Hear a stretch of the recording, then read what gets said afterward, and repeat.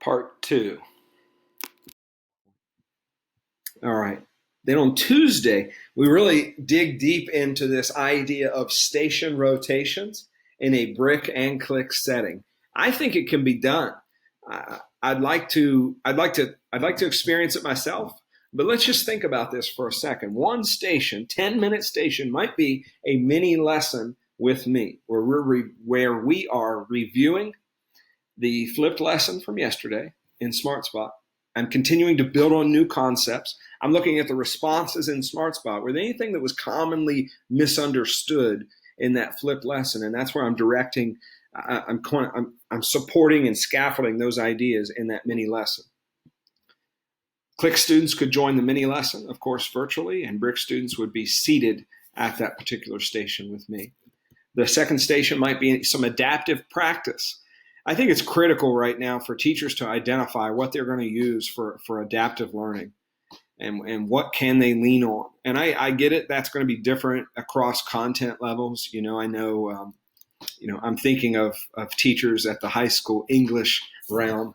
I won't say their names, but I don't think they're going to rely on an adaptive practice platform as heavily perhaps as a math teacher, a science teacher might. But I listed a few things that are free: Khan Academy, IXL, free to us because the county paid for it. CK12, Freckle, there's probably more for lower levels, or middle school, Freckle would be. And then your textbook software. Please begin getting more and more comfortable with that online textbook software and the things that you can assign, tasks that you can ask students to engage in through that textbook software. A third station in this rotation, 10-minute rotation, might be just submit an assignment in Schoology. I would directly link to that assignment right here in that table. And then another station might be the small group station, where you might consider mixing brick and click students together in groups.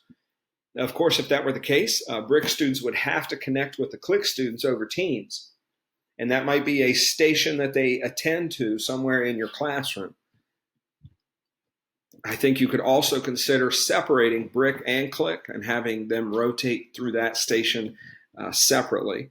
And of course, the click students would engage in 10 minutes into a small group kind of a breakout room that I've provided a link to.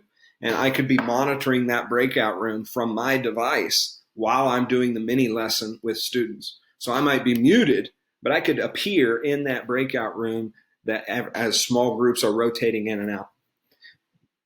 And Wednesday, 15-minute whole group experience. That would be something you brick and click do together. Obviously, click have to join virtually, projecting, and we are partaking in this whole group experience together.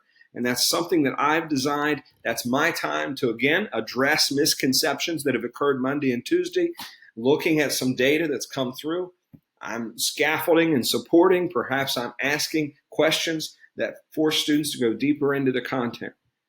And also, the rest of that class period might be dedicated to completing something in Schoology, perhaps an assignment on OneDrive or assignment in Google Drive assignments. I would directly link straight to that assignment. And then because it's in Google Drive or OneDrive, I'm watching students do their work through the class period on my device. That's live and everything syncs. So I might be doing that. Obviously, I would have an open help desk link for those students that are click so they could come to me and ask for support. Obviously, I'm sitting in the classroom with the brick students. And then Thursday, looking at students completing another Nearpod lesson that I've designed. Understand, Nearpods, there's over 7,500 lessons that are already made. So you don't have to recreate the wheel. You could do this yourself. You could take a PowerPoint or existing Google Slides and then import it into Nearpod and embed some interactivity throughout. So it's a nice way to outsource a little bit of content to students and make it an interactive assignment where they contribute to and respond to things that you've inserted throughout the assignment. And then the last 15 minutes of class on Thursday are directed to where we whole group, we come back together, and the teacher uses that time, again, address misconceptions from yesterday's assignment. We're also reviewing and pushing towards a summative opportunity that I'm going to provide them tomorrow. And that feedback would be provided by the adaptive learning platform. I could look at results that have come through and then address those things in our whole group. Last 15 minutes together of that class period, Click and Brick would come back together. And then Friday, we're looking at an assessment. And I like including some kind of authentic response within that assessment via Flipgrid or via the video audio question in Schoology assessments, because I want students to have an opportunity to tell me what they know. And again, I've said this in some groups this past week, we have to really begin rethinking the way we assess learning and the way we measure learning. Because in some cases, students are going to take every assessment outside of the presence of us. So that's going to really cause us to rethink the way we do that. And that might be what Friday looks like. Again, this is not the silver bullet. I realize that. But take a look at this. I've put it into the secondary teacher group in the distance learning folder. So you go to the distance learning folder, go all the way to the bottom. And I put this page in here if you want to look at it. This is just another design. I incorporated some from station rotation models of blended learning on Tuesday. But it's not a whole lot different than perhaps this weekly plan as well. So you can have a look at that as well if you want to pause the video and dig deeper into what I've provided there. Some of you had an opportunity to see this and have it explained over the past week. But again, I'm also not naive. Let me make this clear. I'm not naive to the idea that we're not going to see every class period every day. I know the schedules at middle school and high schools are different.